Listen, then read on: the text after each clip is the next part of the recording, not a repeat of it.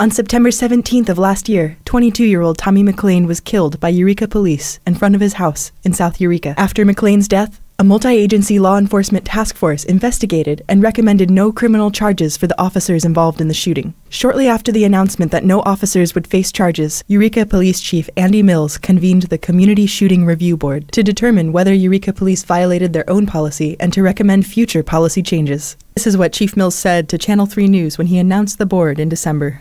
The more eyes that look at what we do in a real in-depth nature that allows them to see and to pull apart, the inner workings, I think that helps. At the Eureka City Council on Tuesday, Chief Mills presented the review board's findings. The following is the unanimous consensus of the Citizens Review Board. We find all involved officers' actions were within EPD policies. Chief Mills also looked at how many complaints of police misconduct were dismissed each year and found that Eureka's complaint dismissal rate was almost 50% higher than the national average. The historical data, excluding this year, EPD found that 73% of the complaints were unfounded. Now, how does this compare nationally? So nationally, it averages about 25% of the complaints were unfounded. I asked Chief Mills to explain why there is such a large difference between Eureka Police and the rest of the country when it comes to evaluating complaints of officer misconduct.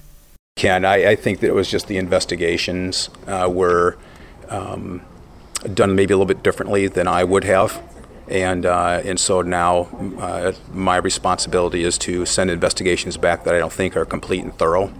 I want to make sure that we're not just taking the officer's word over a citizen's word, that we're looking for collateral evidence to suggest in either direction. Mills then announced the creation of a Chiefs Advisory Board. So my goal is to implement a standalone citizens advisory panel to the Chief of Police, so that they're the ones that are going to look at all the policy, all the training, all of the budget, all of the personnel investigations, and then give me advice on which direction they think the department ought to go to do the best thing we can do to make the city safe. I asked Mills to explain how his new board is different from traditional civilian review boards. The difference here is that their internal review board is limited to just personnel investigations. This, I'm looking for a much broader, more robust perspective. Some community members at the meeting were very concerned about who was chosen to investigate McClain's death. This is James Decker. There was no independent community member on the so-called Community Review Board. It is all cops, prosecutors, and politicians, all people with something to gain by covering up the truth. We know that you are not telling the truth about Tommy McClain's murder. And I say murder because that is what it was. A coward cop shot an unarmed man because he wanted to. Dispute the official story of Tommy McClain's death, I spoke with Nikki Modern, Tommy McClain's cousin and eyewitness to the September 17th shooting, about the night that Tommy was killed. I saw everything. They had guns pointed at me. They had guns pointed at my mother. Tommy walked out there and had his hands up. Tommy didn't have a gun in his hands. He didn't have a gun at all. And they were yelling all kinds of commands that we couldn't understand because there was so much commotion going on with them that we didn't know what the heck was going on. And they shot him. I then asked her what kind of investigation her family would like to see.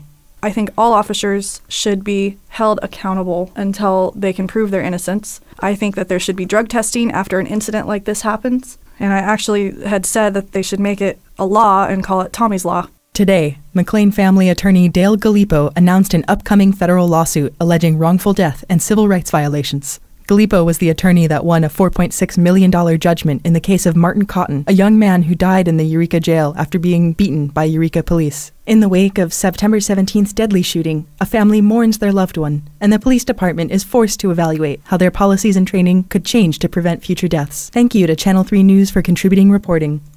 This is Amma Tierney for KMUD News.